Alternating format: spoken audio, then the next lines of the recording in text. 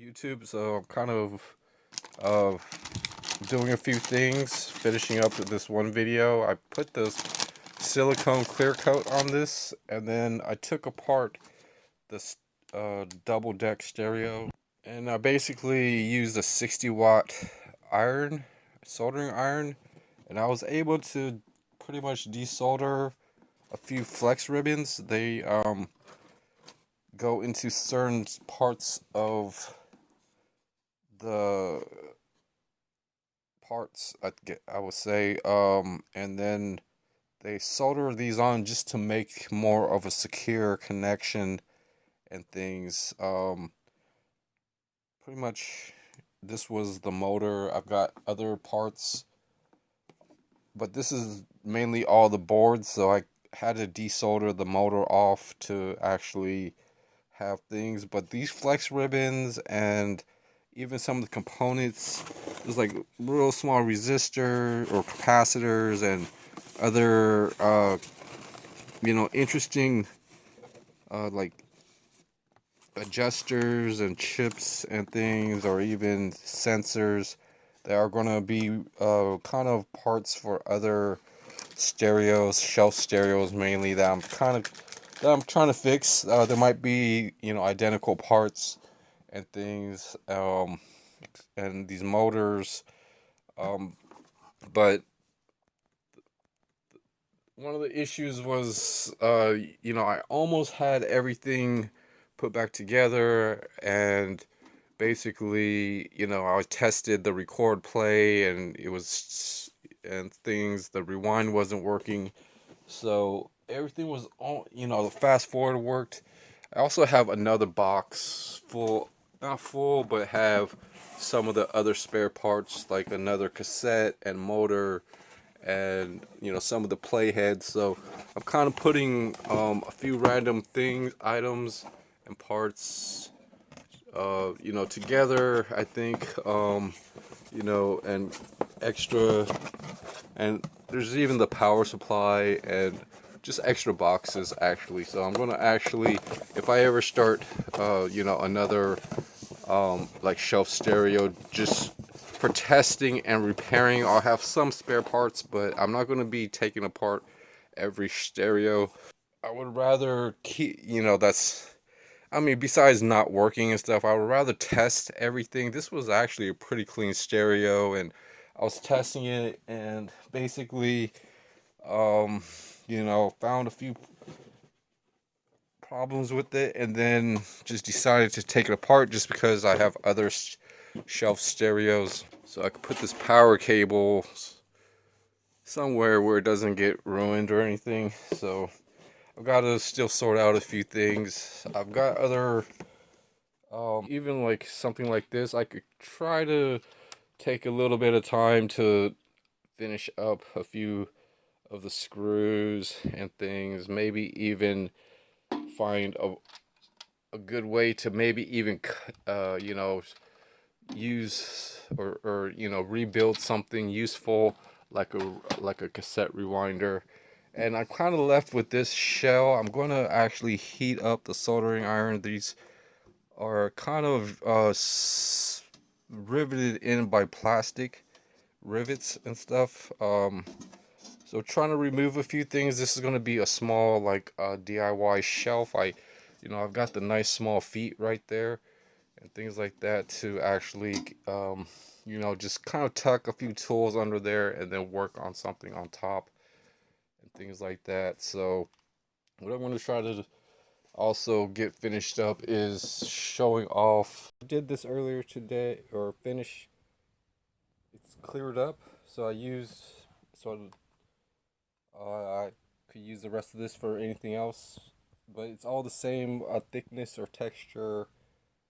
Um, Transferred it to another, so it's coated with silicone so that the paint that I was using has a little bit of flex to it, so that pieces of the paint won't be chipping off when I use this Amazon tablet, because I'm going to be using it for um, my micro repairs, just having some type of camera footage of any of the you know, this goes with the fire tablet. So let's go ahead and sorted out these gloves from the left and the right. These are in pretty good condition. This is a little dirty or has some paint.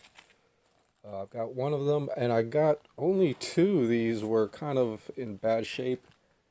And I'm going to use these, so I put one on, and then I got two separated that are pretty good. So I'm going to actually stick this glove in here and then remove my hand so that it gives a little bit of you know, some type of stuffing, I would say.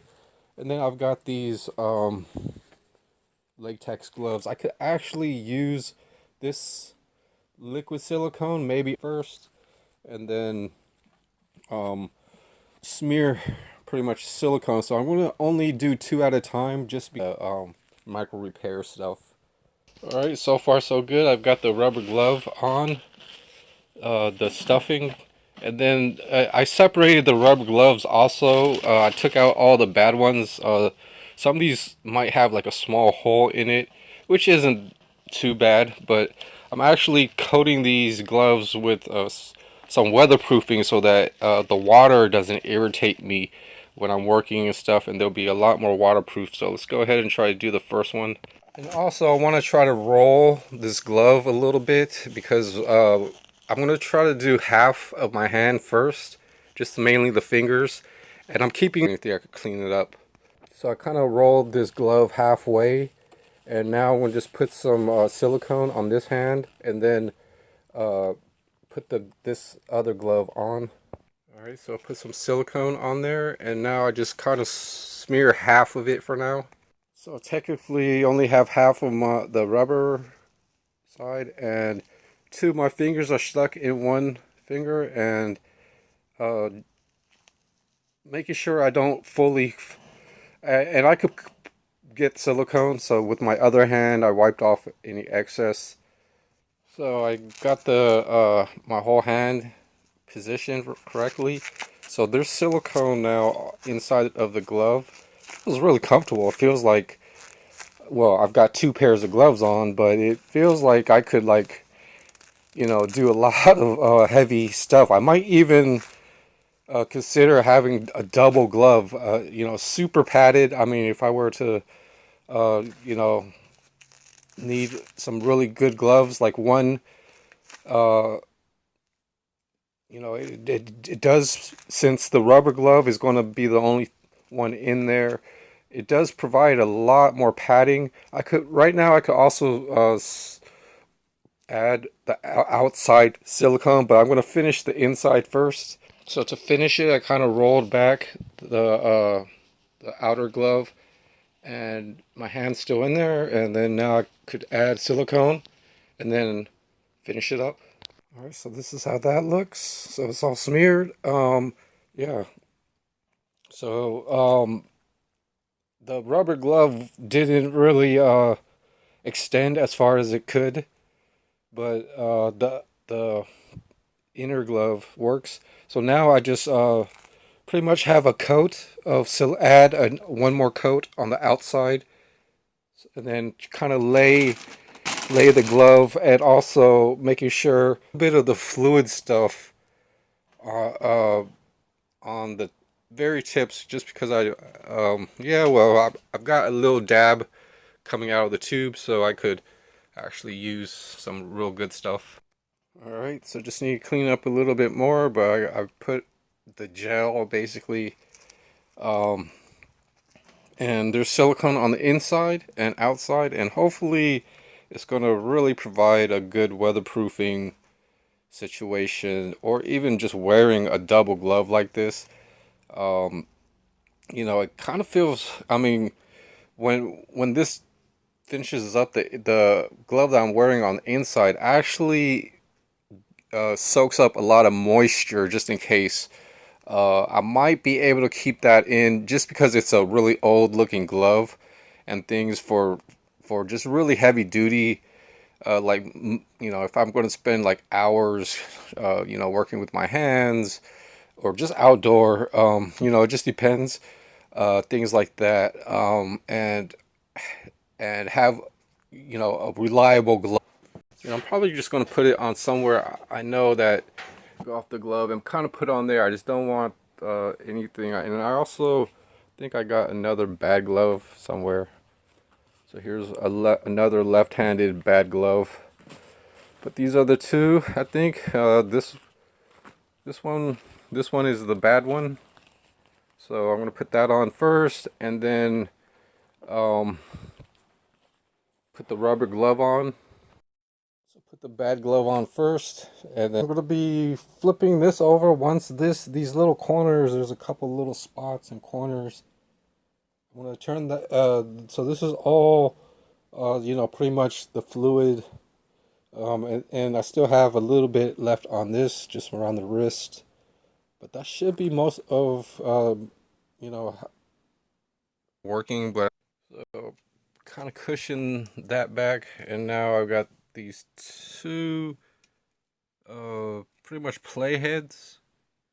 It was mainly electronic stuff inside of there, and also the wire. I could tape up the wire and make it more storage. DC 12 volts, so I could probably find a small power adapter and use that as a spare motor. And you know, even seeing how things are basically built and things, those solder joints are pretty much you know, a higher degree than copper wires being soldered. I might even have to thread and do a few things to get my cheap soldering iron, plug it in, and see if I could desolder any of this. Alright, so I went and got a glass bowl. I think I could use some tweezers and the actual soldering iron, but this was in the kit. I went and got the iron, and actually I can use this stand right here, and it's got a small sponge for wetting. So I don't think this is the right way to put the iron, but maybe it is. Actually, it might be, and then I take off the iron and clean it off. So this is pretty much a item that I picked up last year or two, and you know, kind of want to turn it up as high as possible, and then get that warmed up, and then we'll just try to desolder from this motor first. I think this is hot. I'm going to test it.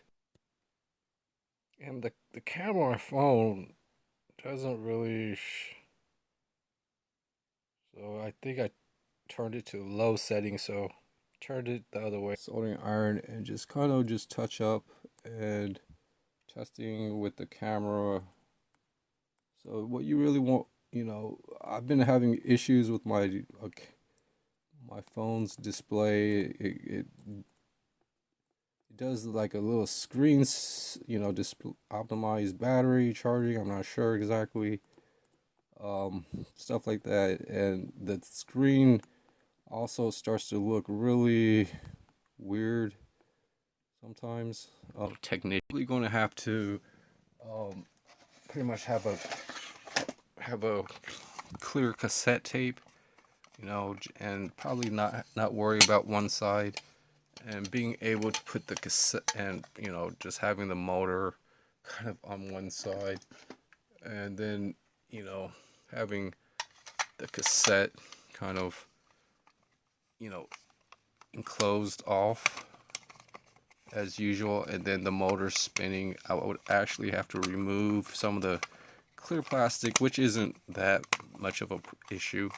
So what I've got to do is, you know, probably melt or Dremel, you know, just probably a couple, probably towards the other side, but of the small cleaning pad before it goes into the reel, basically.